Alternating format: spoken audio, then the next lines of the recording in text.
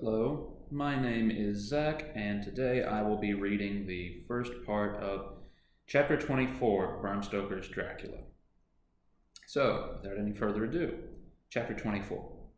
Dr. Seward's phonograph diary, spoken by Van Helsing.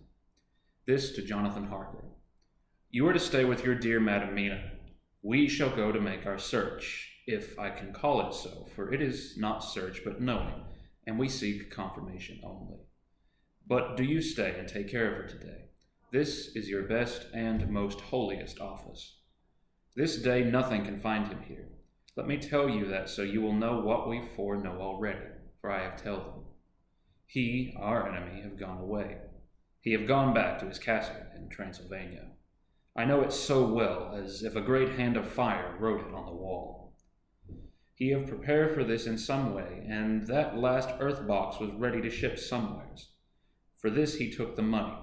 For this he hurry at the last, lest we catch him before the sun go down. It was his last hope, save that he might hide in the tomb that he think poor Miss Lucy, being as he thought like him keep open to him.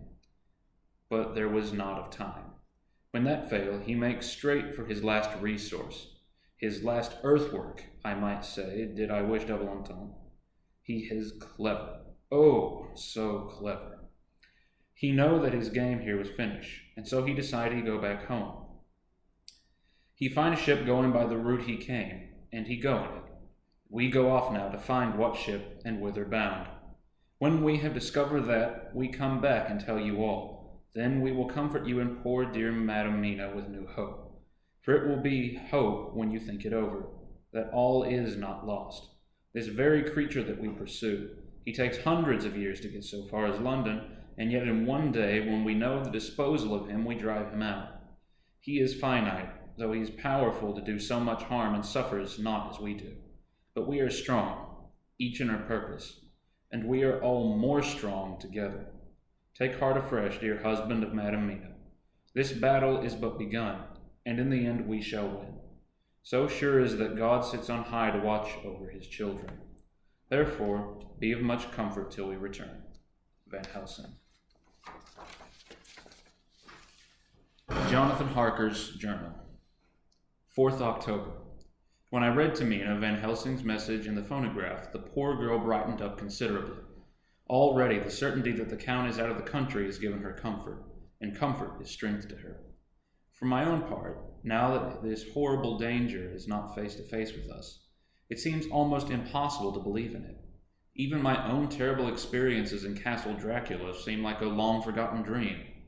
Here in the crisp autumn air, in the bright sunlight. Alas, how can I disbelieve?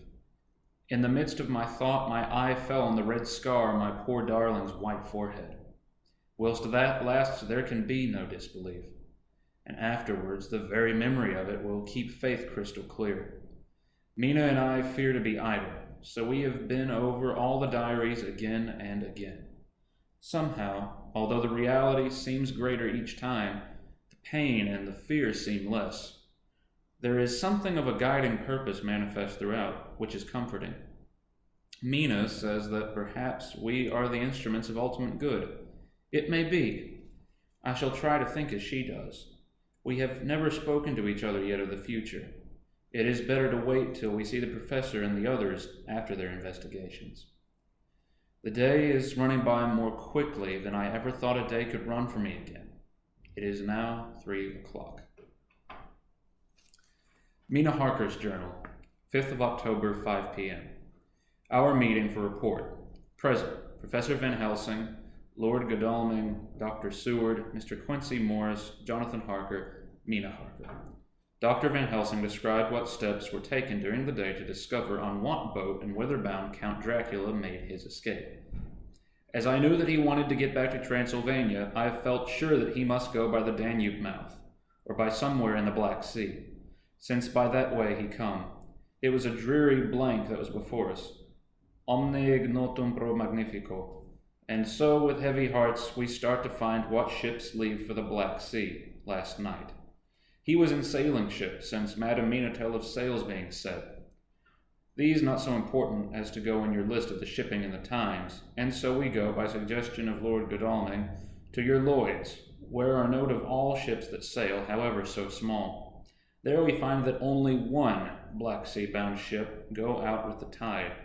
She is the Tsarina Catherine, and she sailed from Doolittle's wharf for Varna, and thence on to other parts and up the Danube. So, said I, this is the ship whereon is the Count. So off we go to Doolittle's wharf, and there we find a man in an office of wood so small that the man looked bigger than the office. From him, we inquire of the goings of the Tsarina Catherine. He sware much, and he red-faced and loud of voice, but he good fellow all the same. And when Quincy give him something from his pocket, which crackle as he roll it up, and put it in a so small bag which he have hid deep in his clothing, he still better fellow and humble servant to us. He come with us, and ask many men who are rough and hot. These be better fellows too when they have been no more thirsty. They say much of blood and bloom, and of others which I comprehend not, though I guess what they mean, but nevertheless they tell us all things which we want to know. They make known to us among them how last afternoon at about 5 o'clock comes a man so hurried, a tall man, thin and pale, with high nose and teeth so white, and eyes that seem to be burning, that he be all in black, except that he have a hat of straw in which suit not him or the time, that he scatter his money in making quick inquiry as to what ship sails for the Black Sea and for where. Some took him to the office and then to the ship, where he will not go aboard but halt at shore end of gangplank, and ask if the captain come to him. The captain come. When told that he will be pay well, and though he swear much at the first, he agree to term. Then the thin man go, and someone tell him where horse and cart can be hired. He go there, and soon he come again, himself driving cart on which a great box. This he himself lift down, though it takes several to put it on truck for the ship. He give much talk to captain as to how and where his box is to be placed. But the captain like it not, and swear at him in many tongues, and tell him that if he like he can come and see where it shall be. But he say no, that he come not yet, for that he have much to do. Whereupon the captain tell him that he had better be quick, with blood, for that his ship will leave the place of blood before the turn of the tide, with blood. Then the thin man smile and say that of course he must go where he think fit, but he will be surprised if he go quite so soon. The captain swear again, polyglot, and the thin man make him bow, and thank him, and saying that he will so far intrude on his kindness as to come aboard before the sailing. Final, the captain, more red than ever, and in more tongues, tell him that he doesn't want no Frenchmen with bloom upon them, and also with blood in his ship, with blood on her also. And so, after asking whether there might be close at hand a ship where he might purchase ship forms, he departed. No one knew Harry went, or Bloomin' well cared, as they said, for they had something else to think of. Well, with blood again. For it soon became apparent to all that the Tsarina Catherine would not sail as was expected. A thin mist began to creep up from the river, and it grew and grew, till soon a dense fog enveloped the ship and all around her. The captain swore, polyglot, very polyglot with bloom and blood, but he could do nothing. The water rose, and he began to fear that he would lose the tide altogether. He was in no friendly mood when just at full tide the thin man came up the gangplank again and asked to see where his box had been stowed. Then the captain replied that he wished that he and his box, old and with much bloom and blood, were in hell. But the thin man did not be offended, and went down with the mate and saw where it was placed. He came up and stood a while on deck in fog. He must have come off by himself, for none noticed him. Indeed, they thought not of him, for soon the fog began to melt away and all was clear again. My friends of the thirst in the language that was of bloom and blood laughed, as they told how the captain's swears exceeded even his usual polyglot, and was more than ever full of picturesque, when on questioning other mariners who were on movement up and down on the river that hour, he found that few of them had seen any of fog at all, except where it lay round the wharf. However, the ship went out on the ebb tide, and was doubtless by morning far down the river mouth. She was by then, when they told us, well out to sea.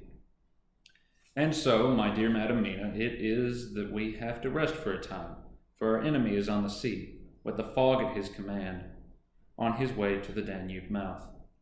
To sail a ship takes time, go she never so quick, and when we start we go on land more quick, and we meet him there.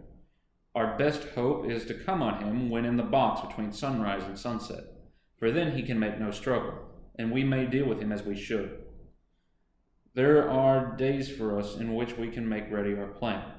We know all about where he go, for we have seen the owner of the ship, who have shown us invoices and all papers that can be. The box we seek is to be landed in Varna and to be given to an agent, one Ristix, who will there present his credentials, and so our merchant friend will have done his part.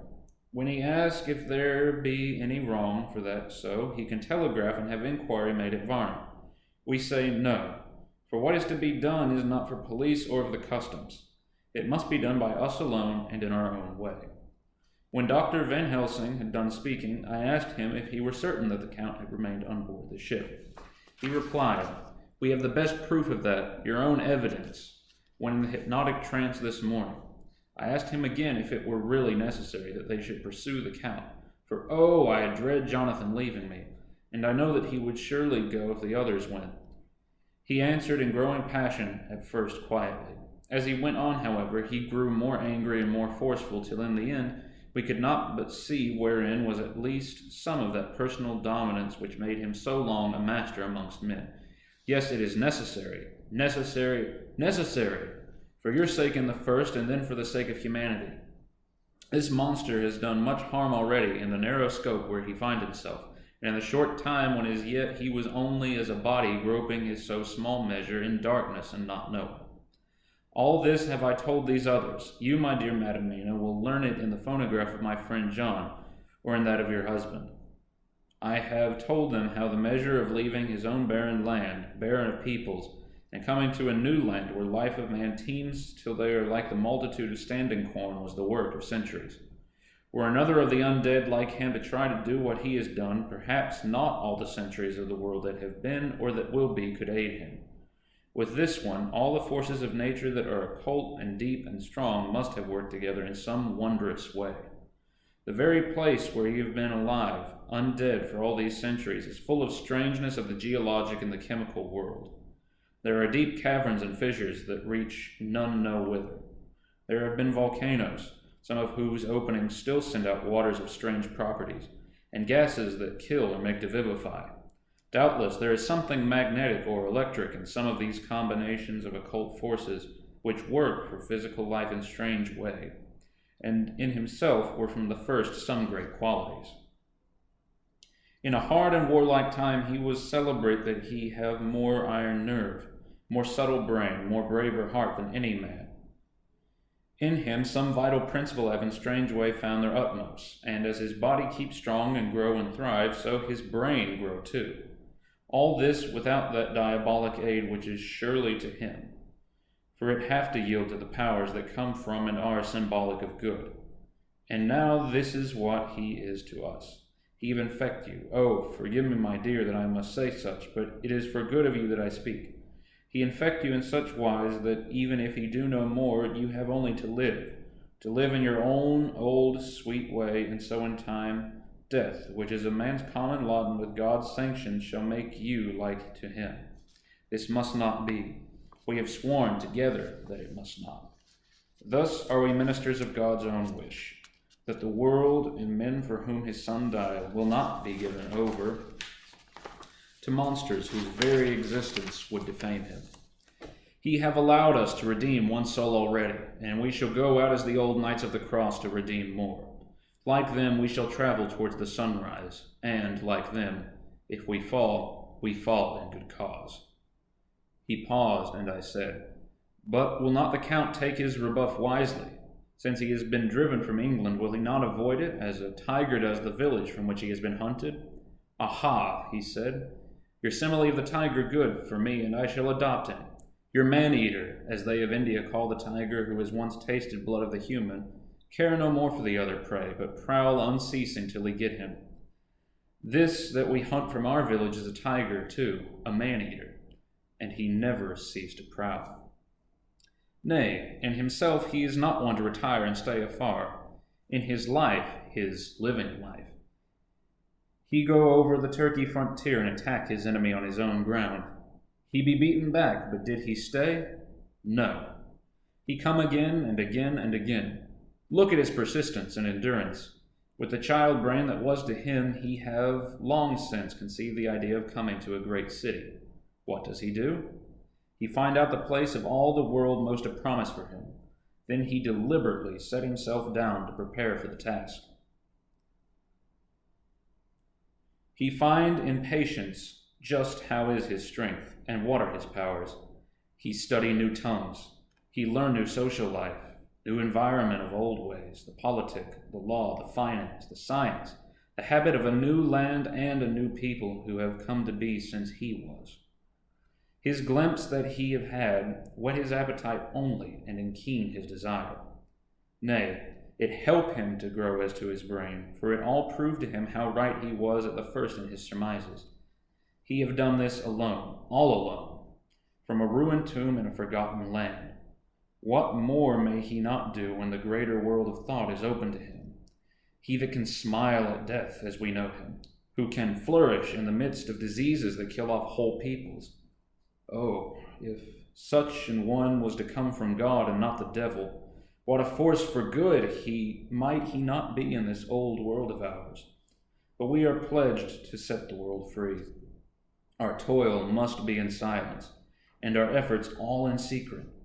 For in this enlightened age, when men believe not even what they see, the doubting of wise men would be his greatest strength.